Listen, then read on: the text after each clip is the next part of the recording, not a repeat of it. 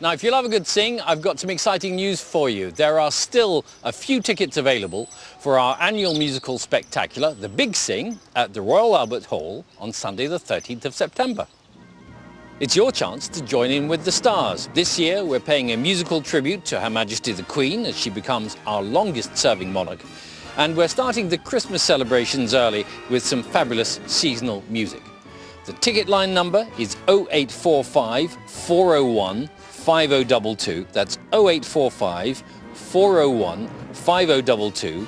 Calls cost 2p a minute plus your network's access charge. You'll find the telephone number and more information on the Songs of Praise website. That's bbc.co.uk/Songs of Praise. Today, of course, we're celebrating marriage. And here with her take on togetherness is the American Queen of Boogie Woogie, Donia Oxford.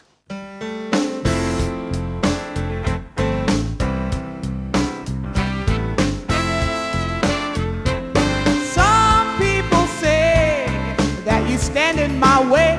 I could be living on a bed of ease. Still others too say I'm no good for you, 'cause you let me do just as I please. Well, dysfunction comes easy, but you know how to please me, so I learned to look the other way. Sometimes life is hard, we're not dealt all the cards, but we won't let that stand in our way. We may not have it all together, and our problems might not seem so small. We may not have it all together, but together we have it all. My family is crazy, your friends all are lazy, but we learn to love them through and through. Your mother's unsympathetic, she's unapologetic, but I knew that when I said I do. Well, we're broke, tired, and hungry, and we ain't got no money, and we can't do things the way we should.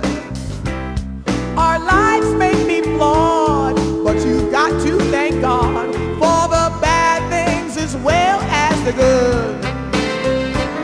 We may not have it all together, and our problems might not seem so small.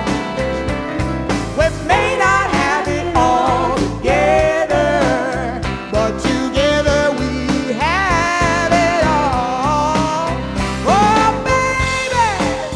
Oh baby, honey, we're broke, tired, and hungry, and we ain't got no money. I got you, you got me, together we're a family.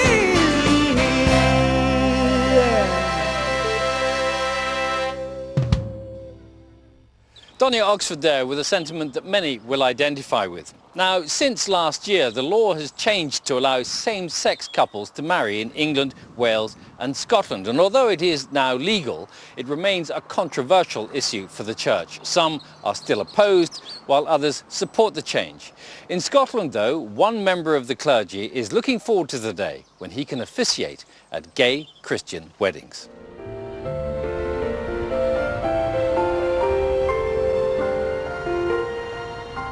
I'm the Very Reverend Kelvin Holdsworth. I'm the Provost of St Mary's Cathedral here in Glasgow. Well, I suppose as a priest who's known to be gay himself, and as someone who's spoken out in favour of gay marriage and been part of the campaign, I'm someone who's in touch with quite a few people. It's a big exciting moment because the law's changed to allow those couples who are in civil partnerships to convert them to marriages, and people will now be able to enter into a marriage if they happen to be a same-sex couple. In my own church, in the Scottish Episcopal Church, it's possible for us to bless couples who've had their relationship solemnised in a registry office. One such couple are Nelson and Derek, who live on the outskirts of Glasgow. Last year, following their civil partnership, they had a service of blessing at St Mary's Cathedral.